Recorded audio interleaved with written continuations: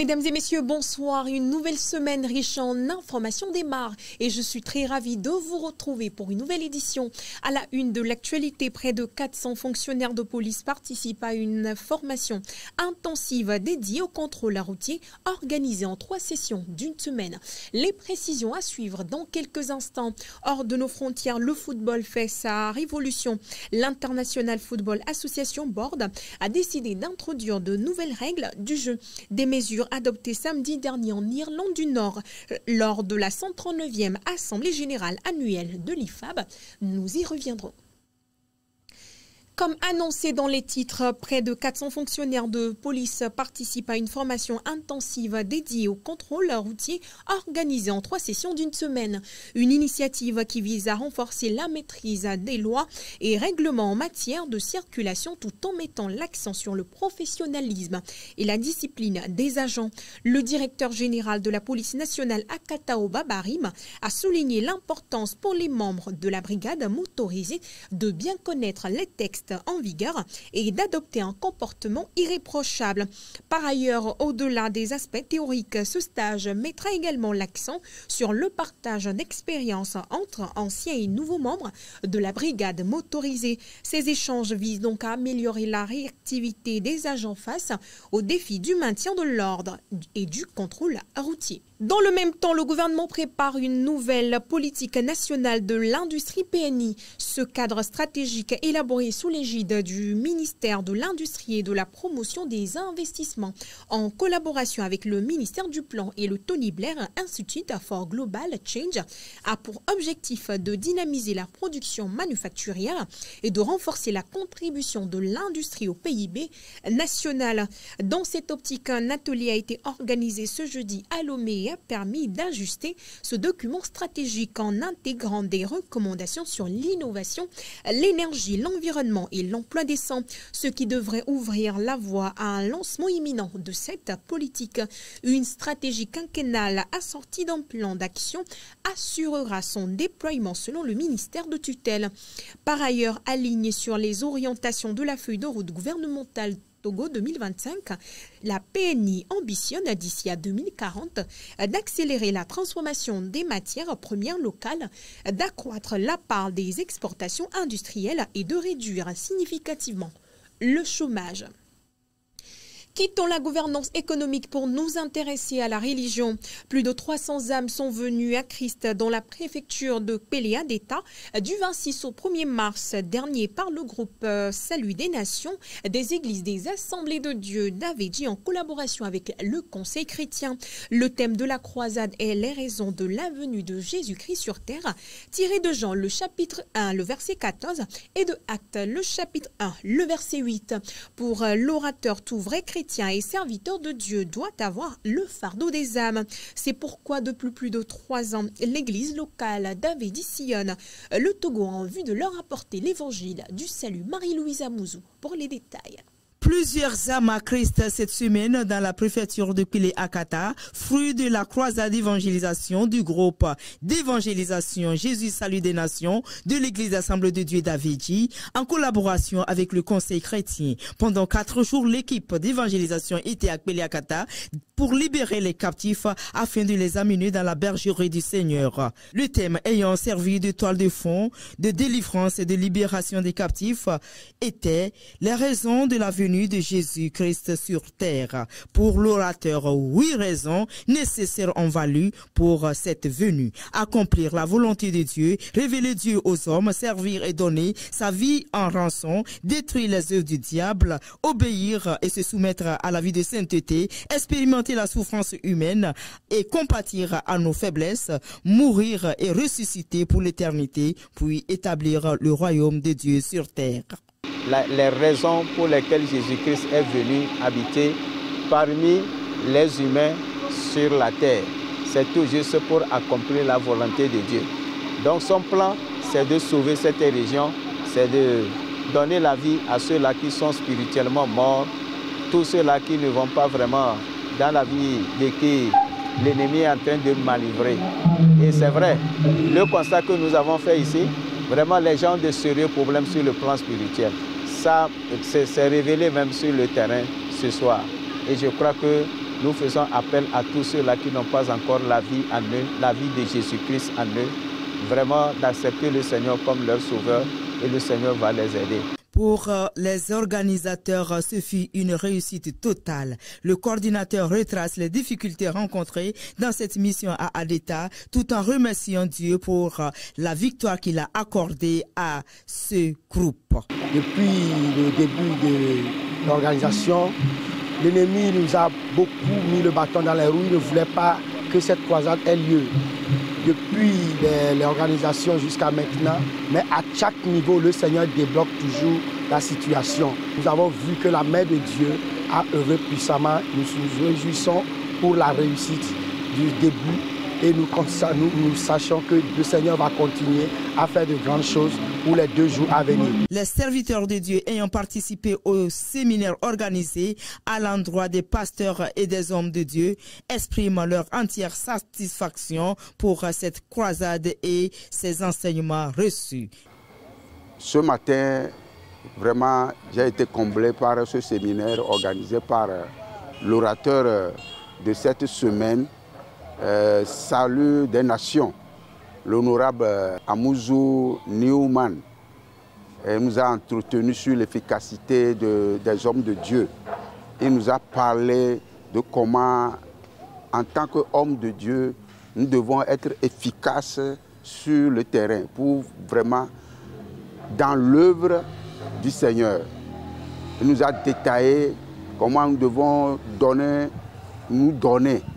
Et il a utilisé un thème qui m'a vraiment impacté, que la nourriture de la foi, c'est les difficultés. Vraiment, cette phrase-là m'a beaucoup impacté. Je suis très content pour ce séminaire. Et maintenant, j'invite les hommes de Dieu vraiment à suivre. Et de temps en temps, quand on nous appelle pour ces genres de séminaires, de faire un effort pour pouvoir assister.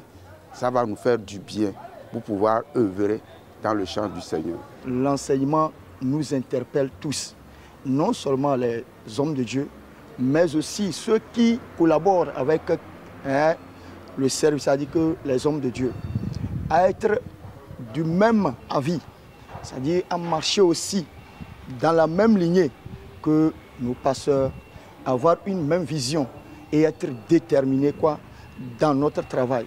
Et le travail, c'est quoi? Être toujours fidèle dans tout ce que nous faisons. L'efficacité dans notre travail nous amène toujours à être fidèles. À être fidèles dans tout ce que nous faisons. Et surtout dans l'œuvre de Dieu. L'œuvre de Dieu nécessite beaucoup d'efficacité. Quelqu'un qui prend le travail de Dieu à la légère, c'est comme si, comme le serviteur, l'homme de Dieu l'a dit, c'est comme si nous ne connaissons pas le Dieu que nous servons. C'est vrai. Mais sur ce, je vais inviter les autres à comprendre une chose, que le Dieu que nous servons est un Dieu puissant, est un Dieu grand et immense, et nous devons le servir avec crainte. Et la crainte nécessite à être toujours efficace dans toutes choses, à répondre à tout moment où besoin sera. Les enseignements suivis de délivrance, des séminaires à l'endroit des serviteurs de Dieu, des caravanes, de sensibilisation, des passages à la radio Kwele FM ont concouru par l'aide du Seigneur à racheter plus de 300 âmes pour le Seigneur, cap sur un nouveau site si le Seigneur tardait dans sa venue. Notons que des séminaires et des œuvres sociales ont été posées pendant ce moment. Le plus difficile dans cette vie est de traverser l'ombre de la vallée de la mort et de ne voir aucune lueur d'espoir se peaufiner à l'horizon. Mais ce dimanche, à l'église des Assemblées de Dieu d'Akbata, Zivé, une garantie a été donnée aux fidèles. Flora Zalika pour les détails. Et toutes les fois où les enfants de Dieu se rassemblent, Dieu ne cesse de leur exprimer ses pensées et ses préoccupations. Ce dimanche, la prédication à l'église des Assemblées de Dieu d'Agbatazivé, titrée « La nuit est fort avancée, mais voici le jour de ton salut s'est approché », est un message qui a amené les fidèles à garder espoir, même dans le creuset de la vie. Dans un premier temps, le prédicateur présente la nuit comme un temps propice pour les démons de mettre à exécution le plan machiavélique. Aussi représente-t-elle les difficultés que traverse l'homme durant son existence terrestre. Secondo, il présente le jour comme la lueur d'espoir qui profile à l'horizon malgré la longueur des péripéties et les vicissitudes de la vie. À l'instar des enfants d'Israël qui n'ont pas péri dans leur misère en Égypte mais délivrés par Dieu, le messager du jour a tenu à rappeler à son auditoire que seul Dieu est capable de les sauver. Pourquoi ce message? Chaque jour que Dieu fait, Dieu a une préoccupation pour son peuple.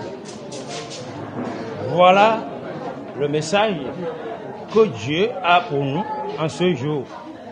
Le thème, c'était « La nuit est fort avancée, mais voici le jour de ton salut s'est approché. » Oui.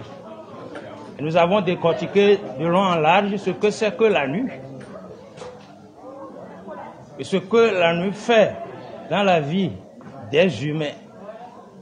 Aujourd'hui, les humains mal intentionnés et les esprits mauvais se sont accaparés de la nuit pour divulguer, pour amener leur plan à exécution.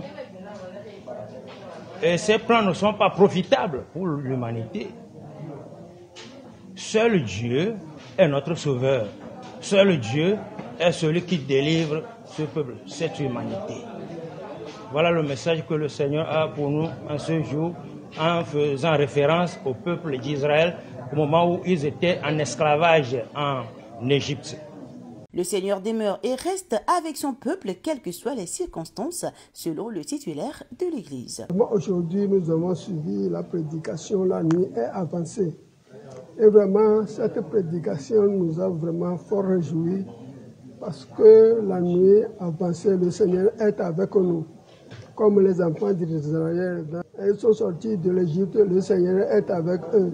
Malgré les difficultés, vraiment, le Seigneur les a sauvés. Aussi, nous aussi, aujourd'hui, le Seigneur est avec nous. Quelles qu'en soient les circonstances, le Seigneur ne peut pas nous abandonner. Ce que vraiment je peux conseiller aux chrétiens, il faut vraiment qu'ils soient déterminés. Il faut qu'ils aient Jésus dans leur vie.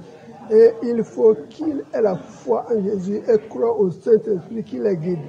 Vraiment, le Seigneur est avec nous et il ne nous abandonnera jamais. Quelle que soit la longueur de la nuit, le jour apparaîtra. Restez attachés au Seigneur, auteur de toute faveur et de toute grâce excellente.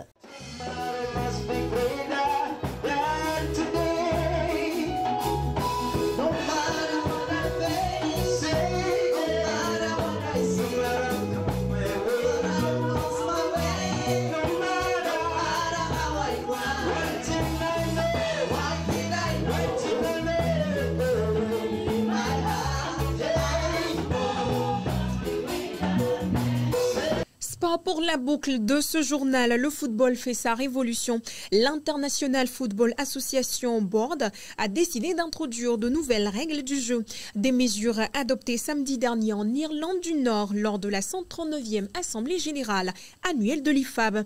Désormais, tout gardien qui tentera de gagner du temps en gardant le ballon plus de 8 secondes sera sanctionné d'un corner pour l'équipe adverse, alors que cette faute n'était sanctionnée que par un coup franc direct. Autre changement, la règle du capitaine. Seul le joueur porteur du brassard de son équipe sera autorisé à se rapprocher de l'arbitre pour tenter de contester certaines décisions. Après un contrôle VAR prolongé, l'arbitre peut à haute voix expliquer sa prise de décision. Ces nouvelles dispositions entreront en vigueur lors de la prochaine Coupe du Monde des clubs de la FIFA, dont le top départ sera donné le 14 juin prochain. Et c'est sur cette actualité que prend fin ce journal préparé par l'ensemble de la rédaction. Merci à vous de l'avoir suivi. Nos programmes se poursuivent sur la RTJVA.